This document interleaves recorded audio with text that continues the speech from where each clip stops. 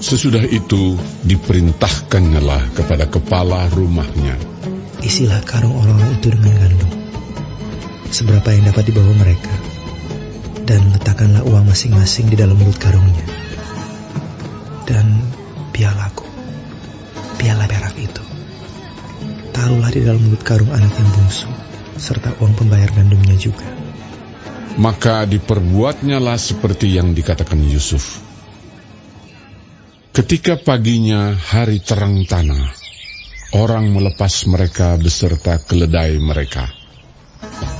Tetapi baru saja mereka keluar dari kota itu, belum lagi jauh jaraknya, berkatalah Yusuf kepada kepala rumahnya, bersiaplah, kejarlah orang-orang itu, dan apabila engkau sampai kepada mereka, katakanlah kepada mereka, mengapa kamu membalas yang baik dengan yang jahat? Bukankah ini piala yang dipakai tuanku untuk minum, dan yang biasa dipakainya untuk menelaah? Kamu berbuat jahat dengan melakukan yang demikian. Ketika sampai kepada mereka, diberitakannya kepada mereka perkataan Yusuf itu. Jawab mereka kepadanya, mengapa tuanku mengatakan perkataan yang demikian? Jauhlah daripada hamba-hambamu ini untuk berbuat begitu. Bukankah uang yang kami dapati di dalam mulut karung kami telah kami bawa kembali kepadamu dari tanah Kanaan? Asakan kami mencuri emas atau perak dari rumah tuanmu? Pada siapa dari hamba-hambamu ini kedapatan piala itu? Biarlah ia mati, juga kami ini akan menjadi budak tuanku.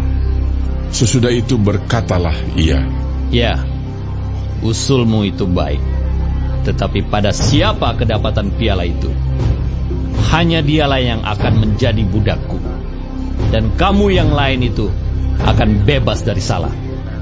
Lalu segeralah mereka masing-masing menurunkan karungnya ke tanah, dan masing-masing membuka karungnya. Dan kepala rumah itu memeriksanya dengan teliti. Ia mulai dengan yang sulung sampai kepada yang bungsu. Maka kedapatanlah piala itu dalam karung Benyamin. Lalu mereka mengoyakkan jubahnya dan masing-masing memuati keledainya, dan mereka kembali ke kota. Ketika Yehuda dan saudara-saudaranya sampai ke dalam rumah Yusuf, Yusuf masih ada di situ. Sujudlah mereka sampai ke tanah di depannya. Berkatalah Yusuf kepada mereka, perbuatan apakah yang kamu lakukan ini?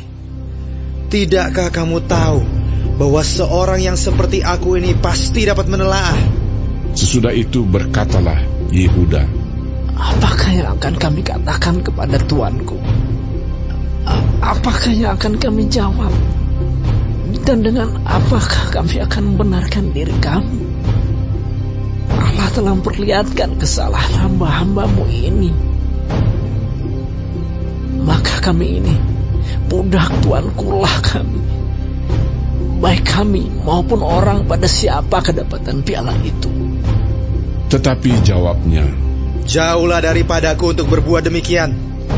Pada siapa kedapatan piala itu, dialah yang akan menjadi budakku. Tetapi kamu ini, pergilah kembali dengan selamat kepada ayahmu. Lalu tampillah Yehuda mendekatinya dan berkata, mohon bicara tuanku. Izinkanlah kiranya hambamu ini mengucapkan sepatah kata kepada tuanku. Dan janganlah kiranya bangkit amarahmu terhadap hambamu ini. Sebab tuanku adalah seperti Firaun sendiri. Tuanku telah bertanya kepada hamba-hambanya ini, masih adakah ayah atau saudara kamu? Dan kami menjawab, tuanku, kami masih mempunyai ayah yang tua, dan masih ada anaknya yang muda, yang lahir pada masa tuanya. Kakaknya telah mati, hanya dia sendirilah yang tinggal dari mereka yang seibu. Sebab itu ayahnya sangat mengasihi dia. Lalu tuanku berkata kepada hamba-hambamu ini, bawalah dia kemari kepadaku, supaya mataku memandang dia. Tetapi jawab kami kepada tuanku, anak itu tidak dapat meninggalkan ayahnya.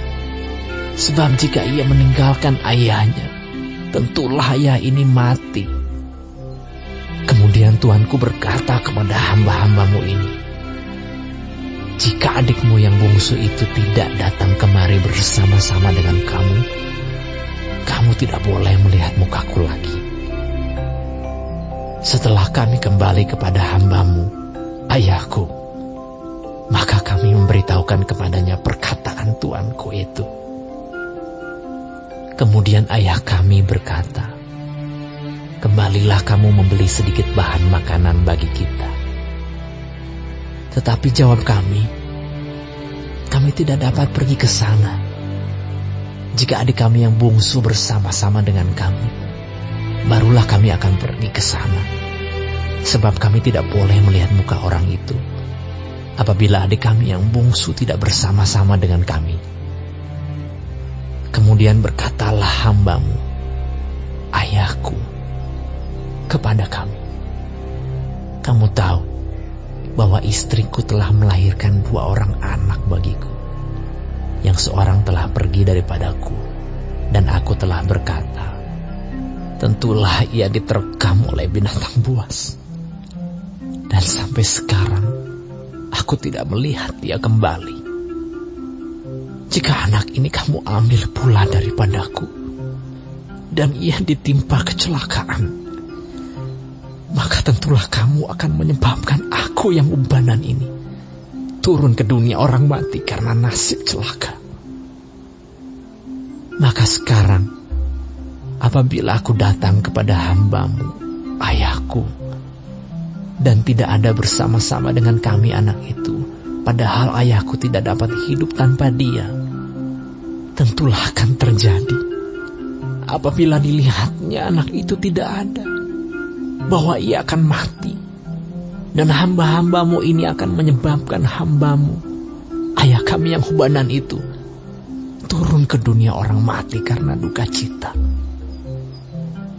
Tetapi hambamu ini telah menanggung anak itu terhadap ayahku dengan perkataan, jika aku tidak membawanya kembali kepada Bapa, maka akulah yang berdosa kepada Bapa untuk selama-lamanya.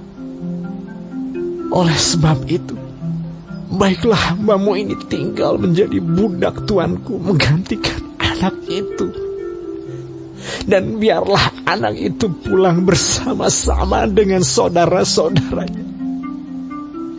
Sebab masakan aku pulang kepada ayahku apabila anak itu tidak bersama-sama dengan aku.